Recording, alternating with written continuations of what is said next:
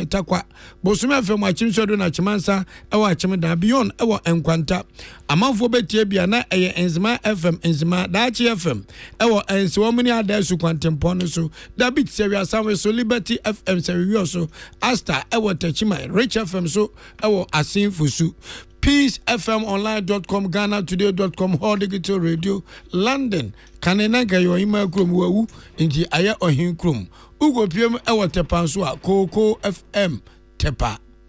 ensema no pedi bram ni mu atwotworo ni bini His Excellency John Dramani Mahama ede atudwa ese wono wafa ya wone wo ya adwuma na so do ho kofore for ketashe prekankan ani dwiri mu no adwen ne se oba bedwitwa age ode a ene nya adwen foforo ononyanfo John Abdullah Jinaponso okopie Parliament Committee and Miche Energy Committee no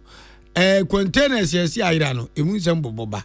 na oswafo na hwe nkrase amemmo ne ahensam na afa asoma hodo dwumadie eso ede atudwa se ya hye abakosem biase a we ni bredi kan yetimi atam sikapuduo ede akokọ aban enwuma ahodo mu yakọ nsem fufuro mu nso a aban akwakwaje eto fufuro ede atuma enei ukotofu epe mekrefa ngo a ubetua 1 Ghana cedi ede aka ho se da be adum so ebetimi ajai levy 1 Ghana ye free ho ene ye eye petrol to eno so 1 Ghana krona abehe ho Ebusiafo ye kwa no ne ensem so so Gaza pepere so ho ayere na empanyufo wo mo adi nuane ne akade ahodo ekoma adehye wo saa empesua no so no wo mo kire se wo mbetum pesua no mu enewukuei esanse Israel asrafo ede kokobo am wo mo se ekwan a wo mo de eko Gaza ho no wo mo atudi se ho ye combat zones enti ma obia enko ho ene okọ ho na akwaji wani so dia wa ena wa ye ya no mumi entieri enjanu se Ghana Premier League matches no eguso game no esro ho ayeshe papa still Kumase Asante Kotoko ana ya ayi omo maka no omo pre ho paate why na fewe league no obeje mprempren de obia ntimi gaze we age awie teams miensa egusuru ho no obia betimi age anafo de amanfo call relegation da First Atlantic Bank refreshingly different a demusronko sa wodu sika kwato First Atlantic Bank na here and hare so mo de mauno jai omo ye correct First Atlantic Bank no midimafo ezo ndi an wa hwe awon solon kwaduma na we obi adwuma se ye obi adwuma ya da se enyu adia midimafo mu ahodi se katwom obejuma kwa no pa wianu mire bosunso akakra benya na odi ahwabusua no tietietia midimafo e ba se Ghana fo ntira mo chano so se wudwonku okaka usisi awona pe fo ne che enkan kropo mu pokwa se mayira ekwan ne atache de na so bedu unya du se wi ho ato pokwa se mayira ekwan ese enyene emfo obi aho 0244774282 0244774282 0500727215 enipa moti enka eyeme na na wo fedua asona piesie na achenkwana na menu bremu wodi anka nkwame yeboa ena afi mame biama kwafo Africa sebono emo ensem enie His Excellency John Dramani Mahama ede ensembi atudwa no chese wono no obema kwan na so wama kwan ese enwumaku ahodo atu won hosi wo se wo mo ebo dawro ede afa ketachehye prekankan eni dwirim ho no wobemo bia kwan wo na dwuma pepepepe ya won fa no enkoforeforo mu se bia anti corruption agency bi ensa ka ensembi se bia somasi anaso obenten wadi dwirim etu wo mo ye hwehwemu ede afa no ho na wono se mampanyin wasode san mu ntwaso ai mu nyai wo se wonye bida efa womo a esum ewo na bemu ene abandadamu fo nyina na mampanye de sansemi ekotu dwa ewo African Union Advisory Board Against Corruption womo ehyiamu ase ewo mampanye atena ye na ho no mo wodi tudwa so no eba obuo ne ani de ma emra se atentene no so ebeye adwuma okutamudie mu pa efri bra obetena omeyi abanwa so no de ato Ghana man nyina enim asan de ato aban lawyer panye ne so afo hwe atentene ensam so anim se ono no onfa no ho emofore ensem bia ne anamo bia wo mu etuo ade bia wo ne ku susu se enye emmoa magana entimi nkoso na abehya asese wo nya hwehwemu ewo mu no wono mampanyi nya de obeba ede ne nan abetiem ana oba beka gu asum se asumasi de fa no ko obenten de gyan man fa no wo se da bi na o kyerese o haw kase ba ko pa Ghana eji ya basemu anu tentimi meyen ko yanim da yemmo ye homoden ya ye nkobesie yetu ye nan mienu ekwa akire ne yetu ben nwotwe aba ekwa nimu ye ne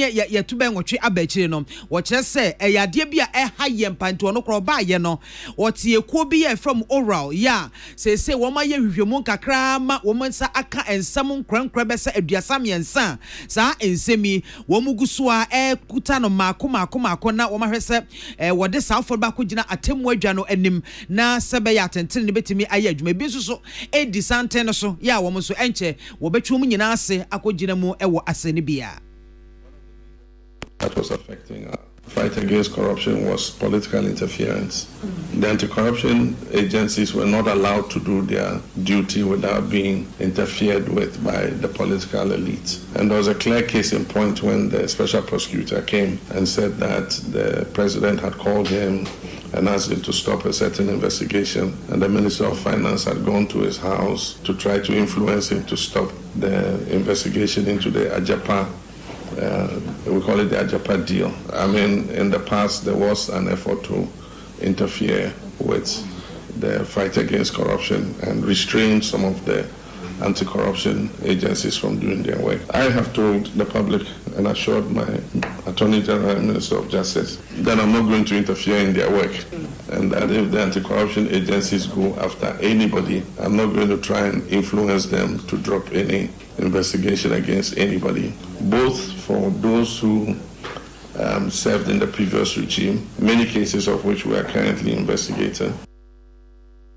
Na mampanyi His Excellency amana so ono mo wasan edit to African Union Advisory Board Against Corruption no anim ese wono ankasa no wode ato ne manfo Ghana fo anim ese wanya nwenta so honhom bi a wode ba ba ya adwuma no na Ghana fo no ankasa tena se ahwedin ehunu se da bi womo susu se womo akosuku akonkan ewa amanyosem mu womo nim de no so womo bo kro no a womo bo kro no se funfram ya womo fa empuntuo bi a emre wo ne senti no no so nya nweta so hom seketa hye kankan ne dwurum yade bia eye o men ya chiwade ne nso yakwakofa ababetena so enti obetu ase kwakrakra ne senti or the code of conduct nhyehyeye bi ato no mo ama wona wapa wo mo a wone wo mo ebe ya adwuma se wo mo hwe ho na wo mo fanye adwuma enkyerɛkyerɛ wo mo kwa entrentre wo mo se ne ebe ya wo nkonkofom na wo ni komusuo bɔ na wo kokofom de aka hunu se emmra ene obedi.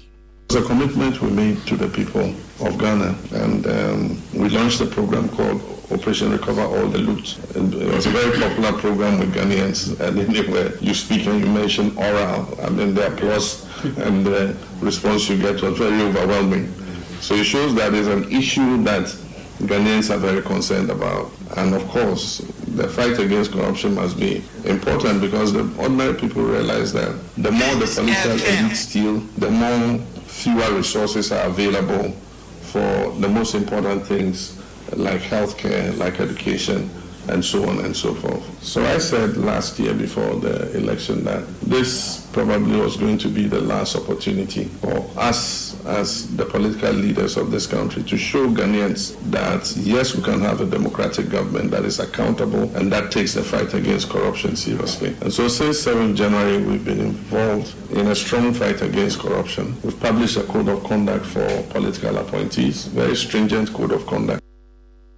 Ene awuti yei His Excellency John Dramani Mahama. Salamat kukwa pencil ene bo ansemi anobae. Wo Ghana mrashebe dwefie so enra mpanufo bomodi sinkonyo to adwen bomodi kwaji mrabi tumu se eviti na akwe eno ne de ba ba adwuma na aboa ma yesi kasem ne eka ye de wo enyinam ho no eso ebetimi ehwan so afo no no hwe Ghana sikasem so no nyamfo atofo sen ene gane na so edi nsem bi tutu dwa o mrashebe dwefie osi mprempren se wokọ Ghana futuo mu a eka eyire yenye ekakuma 3.1 billion US dollars eye eka efa enyinamsem ho eyire Ghana kum osade tusu biom say afie we kura no sika ye benya kura de nyinam hudwuma no yenya be 3.7 billion US dollars a ye kase na ne de abagana sikam dia ye bodin oyamje opraw wose afie we se mu so yesa benya 1.2 billion US dollars ne yetimi ade ato akande a ye de ye fa ngonwa adwuma yeye na yetimi nya anyinam gina so se hire wo Ghana ha e wo 2025 me kire afie we mu nyina so afo edi nsem we se nyina to dwomra na wo ka chem na shebedwafo ne se ba bia du ne de aban ni hweye se ode to foforo ebeba enti eto foforo aban de aba energy sector levy a jese no watu din se 1 Ghana cedis enti ukọ na ukogina frames oil energy on the go na ukwakoto fuel na se yetum kakra emane hawo sanse ye de 1 cedi kwa akoto so na yade tusu no yebebobo asasika ni nyina no na aboa amanansei dumuso a ainiti ewo Ghana miamia bi no yetimi aso ano asemu ebede adwa omrahye bedwafi ope na minority mechedon kpone ga se so nipa na ja asaman nipa nye emra na na dodanko akufo ado ye Ghana mampani oto o ma akonwa so no one nipa nfo hu se o man sikasem eya agensrepe ntia ne yengo fe to fe se 11 mra na se bia wo se ni sika ma obi a ne ato 1 Ghana cedis ne ade akwakobo Ghana sikasem na gina pintin se akapintin sabre no na ndi samnyuko minority nomnom yodom kuma omra se bedwafi o wo mu no matikotukum o msaban ye nteto na adan eni omotete aban bomodin kan yi lebi unsam mane ba ya nyonyo Ghana ha ubodin obi ampeso obete abanya tumi ba abemu pe enosi 11 no meye fro Ghana fo fitina koi 1 cedi amutuo nya matwam tintanton sana abanya danko dadade sana 1 cedi na waye fi 11 no oba bi dia kwa he ti minority say yanto anka nkosoro busumi nsia akura na akire amma ena ban sa de 1 cedi akoto petrol so say ye peska dia agina dum so enti ye de som say kalum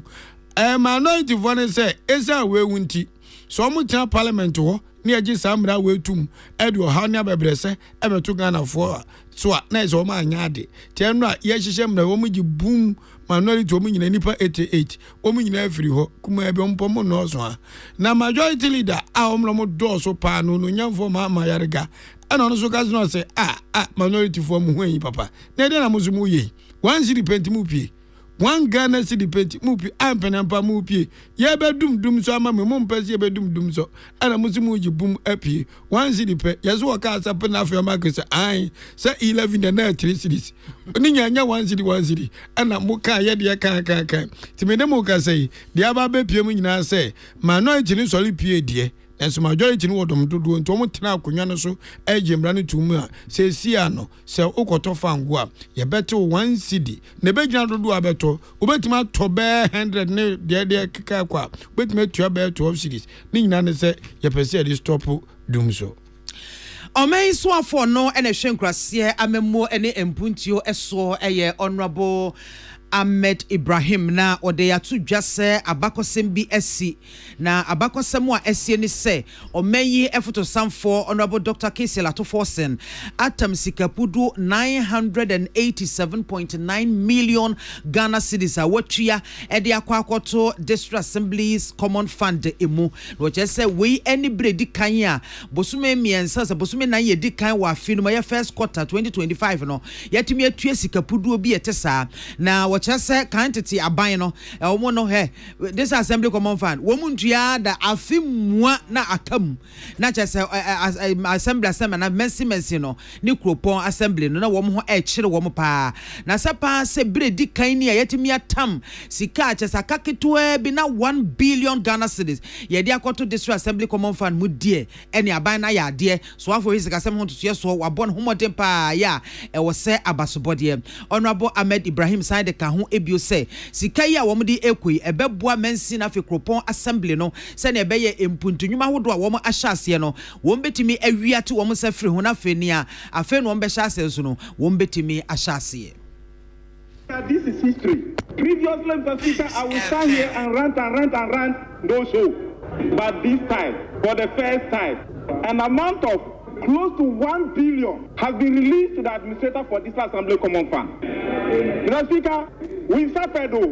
myself and my good brother, Honorable Frank Anudompre, we will be at conclave, struggling with finance minister to release just 200. He will say, I'll give you 300. We say 400. We say, no, I can't give 400. He said 250. Last Speaker, I believe Honorable Minister for Finance, myself and my good brother, Honorable Minority Chief, we commend you for the good show.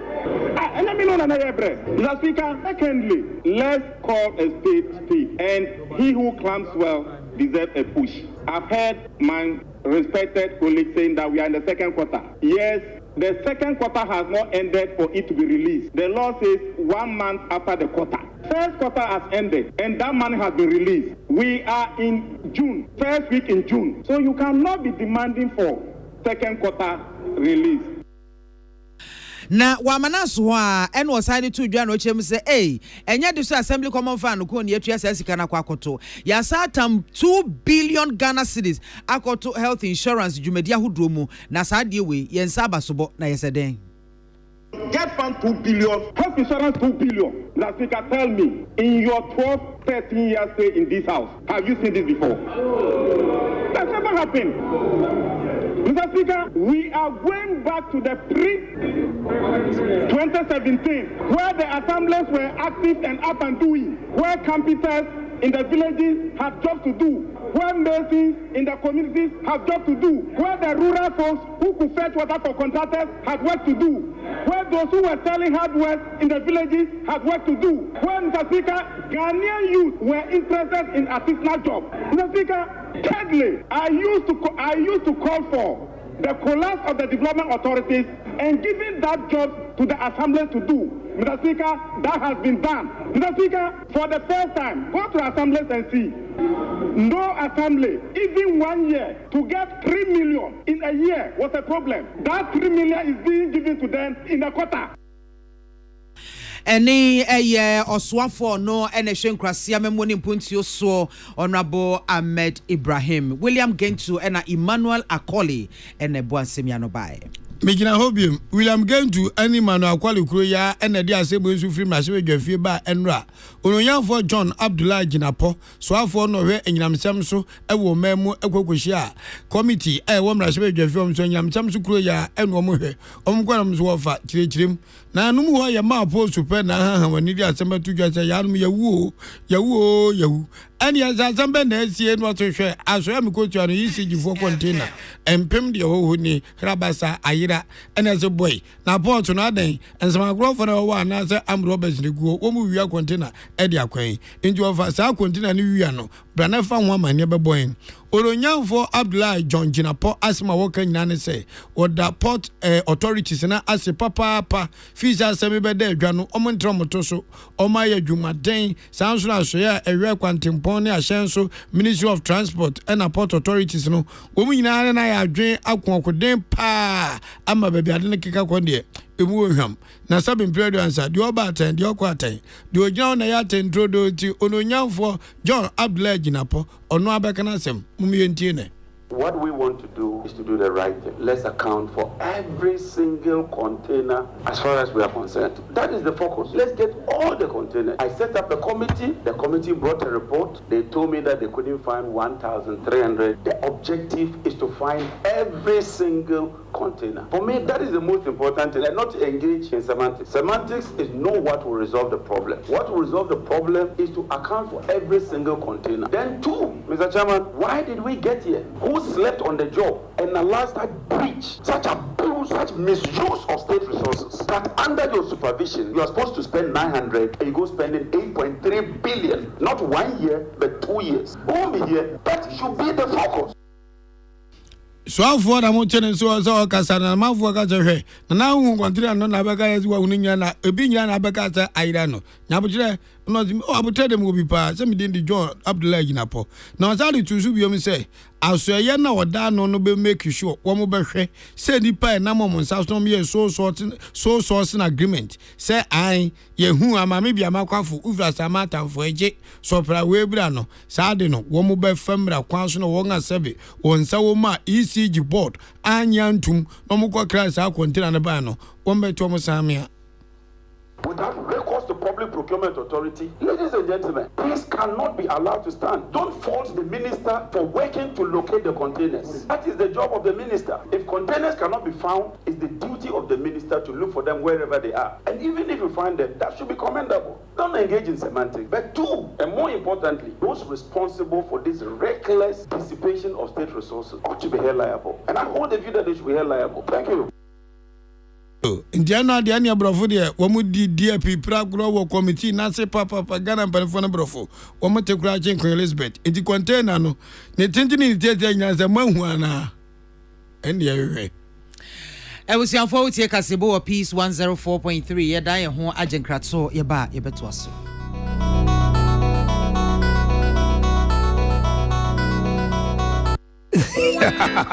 What be some plumber? A damn pipe no the boy dumano. Kaino say DPS pipe nkwan no fa mo aduma bribia o. Esan gidia menya wo DPS pipe munti. Memfenia grokra o. Enti frɛ 0543 662 727. Pomachina kwan was Spintex Road, Coca-Cola chiriwa. DPS pipe. Gidia ashenso die. DPS pipe. Pipe nyina hene. Amanfo, the Amoka Chere Freddy's Corner Home Appliances hono. Or the Abba Freddy's Corner Home Appliances Center. Home appliances are a ye papa bia, a biwo. Brands Bain, Media, Samsung, Kaiwell, TCL, TV, air conditioner, freezers, fridges, water dispensers, and Nidia Kekeka home. Nia ubenya good warranty dia. Ko Freddy's Corner Home Appliances ukoko memle. CCTV a Boama monitor of properties and business at anywhere in the world. CCTV need daho. Ewo detector, clear pictures. Wi-Fi connector. Utimi connect ma wo phone. Our monitor baby a wo wiase bia. Freddy's Corner Home Appliances abeka Freddy's Corner edwosu ahodoa oton phones ene ehun accessories no ho. Fresh 0544 959195 ana 020 7937323 ana so brokoko memle satellite in chehwa. Na ye can discount any achadia. Obetiasie. Freddy's Corner, home of authentic home appliances, phones, and its accessories. Herbal and Alternative Medical Hospital Bena Black History and War America, China, Africa, ne Ghana and Penifo Abona Baso say, or say a real man for Tiapopa. Amin Scientific Hospital. I had a sabia, or one Fidian was so, ya would that's what, if Fidian Chiro Yadi, Nan sound so sour Yadi. Amin, expert or one croyaria, one run when nam. Now, what Dr. Fonia nurse so, or what ma? Amin Scientific at the Herba, Homeopathy, Naturopathy, and Reflexology, na, as Sayadi. So, one I will pay, and I are to same pa, Yamia Dumunti, Yaria expert. Amen Scientific Ebabwama inshallah to. Now once we dia dance said the Ghana Fonia brochure for be dia dance no. Accra, Amin Scientific our domain, our Snake Flats, and a Lashibinso, our Clagon, a Benashama Road, under Bridge Ope. Our Krabata P. Frey, non sure dear Ben 0245 275254 Anna 020 722 9505. Amen Scientific Herbal and Alternative Medical Hospital. Allow Shafi, Yamini Yaresafo. Said the obetimi a shake na farmer APC nsonti and why ye ne sa akoma Uti paiwa fakina farmer akoma APC kaka hawa akoma APC sisiare wa posunu no mpemu na ye oya fever ana wonam ya emu bia kina farmer akoma APC ebeye firi ho nemum na anu achi na enkoy dia ko hu doctor kina farmer akoma APC eyema obia ye wadi emfiedunsia 16 years dekro. Tune it in, turn it up, Peace FM, and rip off the knobs. Poyanko amanone ensem emo na monitor ya Gaza pepreso ene Israel ne Palestine akufo ya tabamfo yi na wo chese wo mo anwumekwa hodo bia wo de emmoa nnuane ni nnuro ni ade ekopiem e wo Gaza pepreso ba bia wo mo ahye se wo mo fa nnuane ni nnuro emra megu no eno e na to dwase ene yi no wo mo betum ene wuko wo mo ebetum wo mo bia enkoje mmoa enkoje aduane bia na we no Israel asrafo no e de kokobo abase akwan ye ekosa centers ho nyina no wo mo declare say combat zones inti Gaza Humanitarian Foundation wo mo US Israel phobia chese wo mo akom ho abom na atimu se no omkra no menteme ho asekwa na ekoso wo mo emu na wo mo ababonte de ababetu dwase wo mo hyase ye adwuma na wotwetwe mu no na emum no sese sane ne mekeka kɔ no wo mo eba beto site num na wo mo ahwe atoto ne yie ehunu empempenso wo mo adura adwuma so a wo mo aye no matimi ehunu na monfofra wo mo etu e de afa ho na eno achi na Israel Defense Forces wo mo so aba bote de abebeto dwache mu se wo mo makwan emma nipa enko sa distribution centers wo na say kwan a ekɔ okra wo mo manipa emfa so na nura ebnai wo kire se etututuo ne ade bia ekɔ so ewo saa epom ho no mo no Palestine nipa makomako be se duo no enso na Israel etuo ne akonde a wo mo je gu mu ho no ekum wo mo efri atiasefo asase so na ba bia saa ohawi ekɔye no anase ekɔ so no ɛhɔ no mo eben saa distribution center ho etia no so ka ho bi na wo mo ede atodwa sanya de ombema kwan ama nipa akɔ no mo akɔgi nuane ne nuro ene emwa bia ene yenwie kasebo no ewo ball bomu na amania ne nyedo yanom de wobnie abibi mamu anyina ya obo boku akasi atwotwo wura omudi akotene papa obolum enti afini kwa wie ye pe ball bomu afini kwa wie ya na ya hyehyɛ susupo no se oh ball bo we ku we eno mombode mboso nipa ntom no mudi kan dotos bienu nie dotos miense nie yarum de kopio mu nie Ghana ball boku mienu pe eno mudi akwa kopio bukum sa ball boku mienu eye Dreams FC ketokreku aya Ghana Football Association president the team no edin wom ana Mediama FC omso womudin ewomwo na ni na ne latest aya CAF ranking aje se ebibimemu ha omo hwe ball boso no omo hyehyɛ ndie kopium no na de akoba ne se Dreams FC etoso 26 ebibimemu anyina no Ghana boku otimi ko na nimpa no otoso 26 eduoninsia ana ebimemu anyina Ghana boku oye no ho ba na nimpa etoso mienu ewoye diem no otoso 51 that's what bano mo de Parliamentary the Dreams and etoso 26 eduonunsia ana eduonum baako eye mediama na amanfo ahwe list ni mu hwe se yebewu Kumasi Asante Kotoko Metema ene Accra folk ye hwemu chezo mudin kura mpie baabi ana ti bomi nana sam na ne Asante Kotoko se ye sam na ne phobia masters so mudi masters opona no wo mu nko baabi a teams atwotwo wuro mienu a ye bom na ne mo dom wo Ghana ha no ye kwa kafo a so muni hute ho na ukom dom wasuko a amanfo a wabi mem se ayomo ya papa se Kumasi Asante Kotoko emi bi abetin twam Champions League omajibi pen House of Folk kura de wagi Champions League agi Super Cup agi eye cup fufuro kura de ba Confederation Cup you may kiss the cup o Kumasi abontomba ji ma baba yara Sports Stadium na no boni pa indu Steve Tikotu Kodro honorable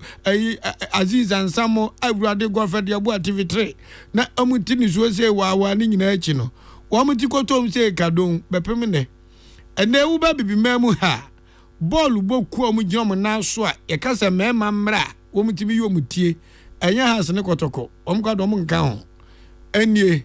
Ali ewo Egypt womunya 78 point Kotoko ne has hehe womu free wa Mamelodi Sundowns omomo South Africa womno mutoso mienu omunya 62 points Samubakai emna House of Folk abaji Champions League team bi wo Tunisia ye fan Esperance of the Tunisia yes ye di bre amgogi paniche da di bre di twa na fon ho no wo mu team ana toso miensa ti ko mu toso miensa na ka House kura nkotoso na mai wo mu nya 57 points Pyramid na nsia no mu yi wo mu ti o mabaji Champions League wo no mu toso mako en9 Injara wisam ni briche a Ghana ne sen ene se menemo kasei so oba bibimemu ha ye ka boku mako aduonum ni akire kura omugina mo na so a Asante Kotoko mnane jamashe enum supporters ni nim jamashe pa umbachi jamashe si ya mobile pa de emfa we abusianfo kasebo no esi akenkanfo anope wote yenka eyeme maame biama kwa fomene achenkwa na menum bre mu asona piesie na ana wo fedua wodi Akan Kwame Yeboa. Yemfa seda Emma Midimafo Herbal Clinic wasi wode semode aba wo ye obi a woten kran na yade edokro ya watia ho ayresabia hodo a wonya anu yedia Midimafo aba eba bedi amawo yade no ebesisa na niam ne nkukuri ne nkaka na watu afiri pedua no mu na watime ade wo ho enti Dr. Tam da say wasi nkonwa e wo pokwase mayera ukotodwe ena etete wo emu ya oya etwen wiwi anase afirichi fu ana tuanamo na ekohonomo oba ne bema mo pa wo usisi ena ya oya edien yade na abejo so stroke anase dien fako na Dr. Time da so ayekrado etwen wo obetu ase ama na watime ade wo ho mesi wo mo opokwase mayera from 0244 774 282 and a 0500727215 First Atlantic Bank ni me say wope banka eye smart wope banka eye fast wope banka eye more secured Mr. wa me kan for First Atlantic Bank e de amount tutu mrika ne ko hono enei kwa abefo kwantempo e fa so esiesie sika e krakra yesika wo ma be e wo mutai wo ma gye ho abaso body premier nu e toatoa so nyeso wo mo gye ye mfiedu ansa na wo mkwaji we da bi wo mo gye ye afie toa so no masa gye e de aka ho 2 times digital bank of the year e toatoa so sa wo mo eye the Purple Bank it is a wo purple experience dia eno ane se wo no ho e ba ko bata First Atlantic Bank refreshingly different there was this way chocolate drink and pay you here eye enso hye nwumako ya da roma eno mbo ichidom me de kase bono ebesomo ya da mu nyina ase amamumu eniti. Welcome to Wednesday morning.